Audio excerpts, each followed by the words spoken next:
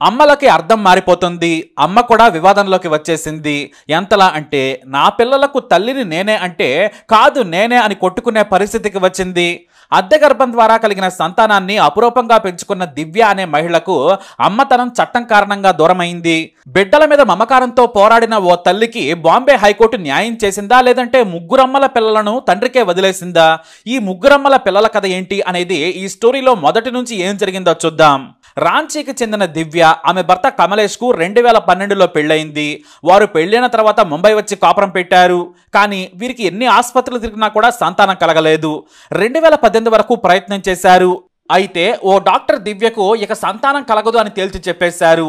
అనవసరంగా డబ్బులు వృధా చేసుకోవద్దు, నిన్ను డాక్టర్లందరూ మోసం చేశారు, డబ్బు కోసం ట్రీట్మెంట్ చేశారు, నా మాట నమ్మి ప్రయత్నం విరమించుకుంటే మంచిది, మీకు తల్లి కావాలని ఎంత ఆరాటం ఉందో నాకు అర్థమైంది, కావాలంటే దత్తత తీసుకోమని సలహా ఇచ్చారు ఆ డాక్టర్. దీంతో ఆ మాటలకు దివ్య కుమిలిపోయింది. తనకంటే 4 ఏళ్ల తర్వాత పెళ్లి చేసుకున్న తన సోదరి కావ్యకు పాప పుట్టింది. తన చెల్లెలి కూతురును చూసి ఆమెకు మాతృత్వం మీద మమకారం ఇంకా పెరిగింది. ఎలాగైనా సరే అమ్మ అని పిలిపించుకోవాలనే ఆరాటంతో దివ్యకు నిద్ర పట్టలేదు. ఏం చేయాలనే సమయంలోనే తన స్నేహితుల ద్వారా యూట్యూబ్లో అద్దె గర్భం ద్వారా సంతానం పొందొచ్చని తెలుసుకున్నారామె. కానీ తన అండాలు సరోగసీకి పనికిరావని డాక్టర్ చెప్పేశారు. ఇలా అయితే ముందు ఆ డాక్టర్నే కలుద్దామని ముందు తనకు మంచి చెప్పిన ఆ వైద్యురాలనే కలిసింది దివ్య. ఇక ఆ డాక్టర్ ఏం చెప్పారంటే అద్దె గర్భం కావాలంటే ఎవరైనా నమ్మకంగా ఆరోగ్యంగా ఉన్న వారిని ఎంచుకోవాలని సూచించారు.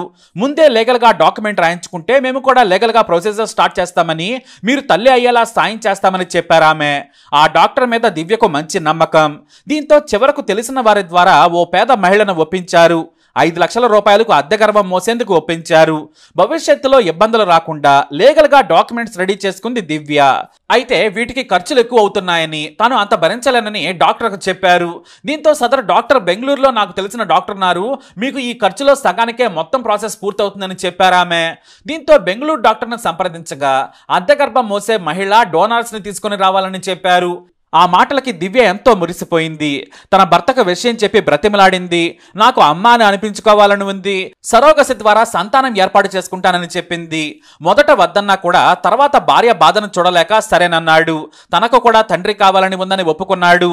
డబ్బులను సిద్ధం చేసి అద్దె గర్భం మోసేందుకు రెడీ అయిన మహిళకు డబ్బులు ముందే చెల్లించేశారు. అయితే ఎవరి అండం తీసుకోవాలి అనే దానిపై కూడా మల్లగొల్లాలు పడింది దివ్య. చివరకు తన వంశంతో పాటు ఎలాంటి ఇతర జబ్బులు లేవు, పిల్లలు ఆరోగ్యంగా ఉంటారు, మా వంశం పోలికలు జీన్స్ వస్తాయని తన సోదరి అండం తీసుకోవాలనుకుంది. ఇక భర్త వీర్యం ఎలాగూ ఉంది. దీంతో తన సోదరి కావ్యను బ్రతిమలాడింది దివ్య. నీ అండం ఇస్తే సరోగసి ద్వారా సంతానం పొందుతాను, నాకు సాయం చేయాలని, కావాలంటే ఆర్థికంగా కూడా సాయం చేస్తానని చెప్పింది. మొదట ఆమె భర్త ఒప్పుకోలేదు. కానీ ఇతర స్నేహితులు దీనివల్ల ఇబ్బందులేమీ ఉండవని చెప్పడంతో కావ్య భర్త సరేనన్నాడు. దీంతో దివ్య అన్ని రెడీ చేసుకుంది. కావ్య అండం, భర్త వీర్యకణం సేకరించి ఐవీఎఫ్ ద్వారా పిండాన్ని అద్దె గర్భం మహిళ గర్భంలోకి సక్సెస్ఫుల్ గా మార్పిడి చేశారు బెంగళూరులోని ఓ సంతాన సాఫల్య డాక్టర్. నవంబర్ 30, 2018న బంగారం లాంటి 2 కవల ఆడపిల్లలు పుట్టారు. అప్పటికే పక్కాగా గర్భం మోసిన మహిళతో అగ్రిమెంట్ చేసుకుంది దివ్య. ఎందుకంటే భవిష్యత్తులో ఎలాంటి సమస్య రాకూడదని. కానీ జీవితం ఎప్పుడు మనం అనుకున్నట్టుగా జరగదు. దివ్యకు కూడా అలాంటిదే జరిగింది. అది ఎలా వచ్చిందో చూద్దాం. తన కవల పిల్లలను అపురూపంగా పెంచుకుంటోంది దివ్య. అమ్మ అని 2 కవల ఆడపిల్లలు పిలుస్తుంటే మురిసిపోయింది. ప్రాణానికి ప్రాణంగా పిల్లలను పెంచుకుంటుంది దివ్య. 3.5 ఏళ్లకే 2 పిల్లలను దగ్గరలోని స్కూల్లో చేర్పించేసింది. ఆ పిల్లలు స్కూల్కి వెళ్తేనే తట్టుకోలేకపోయేది. ఆ పిల్లల రాక కోసం 1000 కళ్ళతో ఎదురు చూసేది దివ్య. కానీ అప్పుడే కాలం దివ్యకు అగ్ని పరీక్ష పెట్టింది. అమాయకంగా తన సోదరిని భర్తను కూడా నమ్మేసింది. బయట మహిళ అని అద్దె గర్భం సంపాదించిన ఆ యువతతో లీగల్ అగ్రిమెంట్ చేసుకుంది. కానీ ఇక్కడ సోదరితో మాత్రం చేసుకోలేదు. ఇక భర్త కమలేష్ ను కూడా బలంగా నమ్మింది. ఎందుకంటే భర్త కాబట్టి. కానీ విధి ఒకేసారి తిరగబడింది. దివ్య సోదరి కావ్య భర్త రోడ్డు ప్రమాదంలో చనిపోయాడు. కావ్యకు పాప ఉంది. దీంతో కావ్య ఒంటరైంది. ఈ సమయంలోనే తనకు అండదానం చేసి తల్లేందుకు సహకరించిన సోదరిపై జాలి ప్రేమ చూపించింది దివ్య. తన సోదరిని, ఆమె కూతురిని కూడా నవీ ముంబైలోని తన ఇంటికి పిలిపించింది. ఇక కావ్య ప్రైవేట్ ఉద్యోగం చేసుకునేది. ఆమె అలా చేసుకుంటూ ఉండగా ఆమె కూతురిని, తన 2 కవల పిల్లలని కూడా దివ్య పెంచేది. మరి తెర వెనుక ఏం జరిగిందనేది దివ్య గమనించలేదు. తనకు పిల్లలే లోకమైపోయారు. తన భర్త సోదరి ఏం చేస్తున్నారనేది కూడా ఆమె చూడలేదు. పిల్లల ప్రేమలో మునిగిపోయింది. వారి కోసం నిద్ర లేకుండా కూడా గడిపేది. సోదరి కూతురును కూడా అంతే ప్రేమగా పెంచేది దివ్య. అయితే రాను రాను భర్త ప్రవర్తన మీద దివ్యకు అనుమానం కలిగింది. ఇంట్లో గొడవలయ్యాయి. సోదరి భర్త చనిపోయి కష్టాల్లో ఉందని ఆమె ఏమీ అనలేదు. పైగా కృతజ్ఞత అనే బంధం కూడా ఆమెను కట్టేసింది. ఇలా 6 నెలలు గడిచిపోయినా గొడవలు కూడా అయ్యాయి. తప్పుడు పద్ధతులను మానుకోవాలని సోదరిని భర్తను కూడా హెచ్చరించింది. అయితే ఓ రోజు దివ్య పిల్లలకు బట్టలు కొనుక్కొస్తానని షాపింగ్కి వెళ్ళింది. పిల్లల జాగ్రత్త అని భర్తకు తన చెల్లెలు కావ్యకు చెప్పింది. కానీ దివ్య షాపింగ్ మాల్ నుంచి ఇంటికి వచ్చేసరికి భర్త లేడు, పిల్లలు లేరు, కావ్య లేదు. దీంతో ఆమెకు సీన్ అర్థమైంది. ఇంట్లోనే గొక్క పెట్టి ఏడ్చేసింది. రాంచీలోని తన సొంతింటికి పిల్లలను మరదలను తీసుకుని వెళ్ళాడు దివ్య భర్త కమలేష్. ఇద్దరు లేచిపోయారని రోధించింది. భర్తకు ఫోన్ చేసినా మొదట లిఫ్ట్ చేయలేదు. చివరకు నీతో నేను ఏగలేను, నా పిల్లలను తీసుకొని నేను వచ్చేసానని భర్త కమలేష్ చెప్పాడు. నీతో నేను వస్తాను, పిల్లలను చూసుకుంటాను, నా పిల్లలు నాకు కావాలని బ్రతిమిలాడింది, ఏడ్చింది. కానీ కమలేష్ ఒప్పుకోలేదు. కావ్యతో కలిసి కమలేష్ బ్రతకడం మొదలు పెట్టాడు. చివరకు పిల్లలను చూస్తానని భర్త ఇంటికి వెళితే ఇంట్లో కూడా రానివ్వలేదు.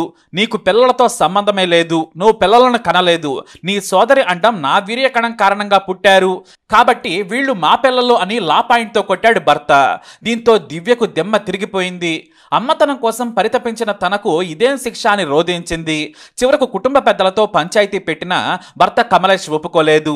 ఆమెకు సంతానం కలగలేదు, నాకు నా భార్య వద్దు, పిల్లలను కూడా చూసేందుకు ఒప్పుకోను, ఆమె పిల్లలను ఏమైనా చేస్తే ఎవరిది బాధ్యత అన్నాడు. దీంతో ఎవ్వరూ ఏమీ చెప్పలేకపోయారు. ఇక తన తండ్రి సోదరుల సాయంతో రాంచీ జిల్లా కోర్టులోనే పిటిషన్ వేశారు ఆమె. అయితే రాంచీ కోర్టు దివ్యకు వ్యతిరేకంగా తీర్పునిచ్చింది. నీకు పిల్లల మీద హక్కు లేదు, తండ్రి ఖర్చు పెట్టాడు, అతనిదే వీర్యకణం, పైగా కావ్యది అండం, కాబట్టి మీకు హక్కు లేదని చెప్పడంతో దివ్య మనసు కకావికలమైంది. ఇక కావ్య కూడా నా అండంతో పుట్టిన పిల్లలు కాబట్టి కవల పిల్లలు నా సొంతమని అక్కకు ఎదురు తిరిగిపోయింది. దీంతో దివ్య తాను తప్పు చేశానని అగ్రిమెంట్లో సోదరిని కూడా చేర్చి ఉంటే బాగుండేదనుకుంది. కానీ చెల్లెలు అని నమ్మాను, ఇప్పుడు భర్తను పిల్లలను సొంతం చేసుకుని మోసం చేసిందని కన్నీరు మున్నీరైంది దివ్య. ఇక లాభం లేదని బాంబే హైకోర్టులో పిటిషన్ వేసింది. తనకు న్యాయం చేయాలని కోరింది దివ్య. దీనిపై 2 ఏళ్ల పాటు విచారణ చేసిన సింగిల్ బెంచ్ న్యాయమూర్తి జస్టిస్ మిలింద్ జాదవ్ సంచలన తీర్పునిచ్చారు. ఇక్కడ ఏ తల్లి బాధ ఎంత ఉందో అనేది పక్కకు పెడదాం, ఎందుకంటే చట్ట ప్రకారమే వ్యవహరించాల్సి ఉంటుంది. 2005లో సరోగసి చట్టాల ప్రకారం పుట్టిన పిల్లలపై అండదాత వీర్యకణ దాతలకు హక్కు ఉండదు.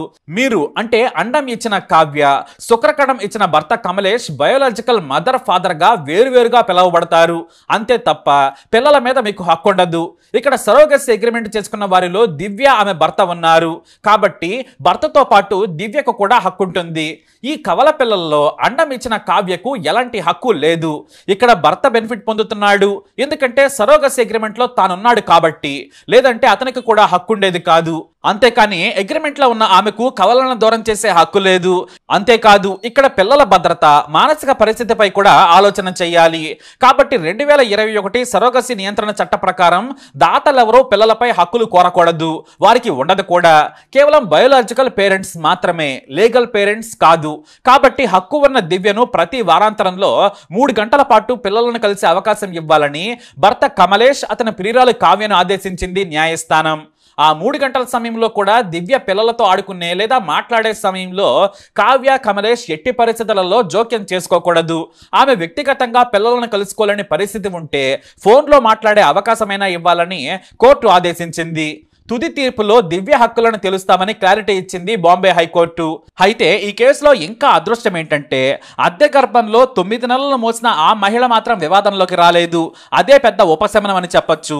ఇలా 3 తల్లుల కవల పిల్లలకు ప్రేమను పంచేవారన్నా కూడా ఆ తల్లులే కొట్టుకుంటుంటే వారికి ఏం అర్థం కావడం లేదు. ఇప్పుడు రాంచీలోని స్కూల్లోనే చదువుకుంటున్నారు ఈ చిన్నారులు. వారికి ఇప్పుడు 5 ఏళ్ళు. కానీ వారు ఎదిగే కొంది ఇవన్నీ కూడా తెలుస్తూ ఉంటాయి. వారి మనస్సుపై ఈ ఘటన ముద్ర వేస్తుంది. కాబట్టి వారి తల్లిదండ్రులే మారాలి. మరి ఈ కేసుపై మీరు చెప్పే తీర్పు ఏమిటి? మీ అభిప్రాయాన్ని కమెంట్ ద్వారా తెలియజేయండి. ఇలాంటి ఇన్ఫర్మేషన్స్ కోసం వీడియో లైక్ చేయండి, షేర్ చేయండి, మా ఛానల్ని సబ్స్క్రైబ్ చేసుకోండి.